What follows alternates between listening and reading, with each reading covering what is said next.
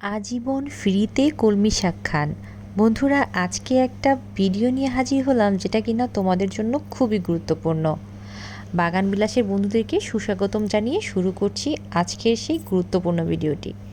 ফ্রিতেই তোমরা কলমি শাক খেতে পারো সারা বছর। আমি একটা বস্তাতে কিছু গোবর সার ও মাটি মিশিয়ে রেখেছিলাম, তার ভেতরে কিছু কলমি শাকের বীজ বপন করে দিয়েছিলাম। বন্ধুরা, আমার চ্যানেলে কিন্তু সেই ভিডিওটা সম্পূর্ণটাই দেওয়া আছে, তোমরা চাইলে সেখান থেকে দেখে নিতে পারো। তো এখন তোমাদেরকে দেখালাম, দেখো বন্ধুরা, আমি 2 সপ্তাহ প্রায় শাক তুলে নেইনি, তাতেই দেখো কি পরিমাণে শাক হয়েছে এই বস্তাতে। তো শাকগুলো তুলে নিয়ে আমি আবারও ছাঁটাই করে দেব, তারপর দেখতে পাবে আবার 1 সপ্তাহ পর আবার শাক গজিয়েছে। এভাবে ফ্রিতে তোমরা কলমি শাক খেতে পারো। অনেকের ছাদেরও কিন্তু অবস্থা ভালো থাকে না, ভারী টব, ভারী কোনো প্লাস্টিকের ড্রাম বসাতে পারে না, তারা কিন্তু অনায়াসে চাইলে এরকম বস্তাতেই সবজি চাষ করতে পারো। আজকাল প্লাস্টিকের বস্তা কিন্তু অহরহ পাওয়া যাচ্ছে, তো যে কোনো মেগা শপেও কিন্তু প্লাস্টিকের বস্তা দিয়ে থাকে। তোমরা চেষ্টা করবে সিমেন্টের যে বস্তাগুলো, সেই বস্তাগুলো ব্যবহার করতে।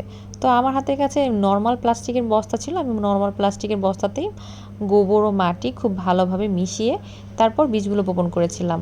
বাট সিমেন্টের বস্তাতে যদি আমি এই শাক চাষ করতাম তাহলে কিন্তু আরও বেশি ভালো হতো। প্রায় 1 বছরের মতন হয়ে যাচ্ছে এই কলমি শাক আমি প্রায় ফ্রিতেই খাচ্ছি। বন্ধুরা, এতটাই সহজ, তোমরা বাসার বারান্দায় অথবা ছাদে খুব সহজেই কিন্তু এভাবে কলমি শাক চাষ করতে পারো। যারা হাতের কাছে বীজ পাবে না তারা চাইলে বাজার থেকে যে কলমি শাকটা নিয়ে আসো, সেটা ডালটাও কিন্তু এভাবে মাটিতে পুঁতে দিলে খুব সহজেই কলমি শাক হয়ে যাবে। বন্ধুরা, আজকের এই কলমি শাকগুলো আমরা শুধু একা খেয়ে শেষ করতে পারবো না, প্রতিবেশীদেরকেও বিলাতে হবে। তো সবগুলো শাকই আমি তুলে নিলাম, তারপর গাছটাকে এভাবে করে ছাঁটাই করে দিয়েছি। বন্ধুরা, দেখতে পাচ্ছ বস্তার অবস্থা কিন্তু বেশি ভালো না, কারণ আমি নর্মাল প্লাস্টিকের বস্তা ব্যবহার করেছিলাম। তোমরা যদি সিমেন্টের প্লাস্টিকের বস্তা ব্যবহার করো তাহলে কিন্তু 2-3 বছর পর্যন্ত তোমরা ফ্রিতেই এভাবে কলমি শাক খেতে পারবা। প্রায় 1 সপ্তাহ পর ফিরে এলাম, বৃষ্টিও কিন্তু অনেক পড়েছিল, বর্ষার সিজন।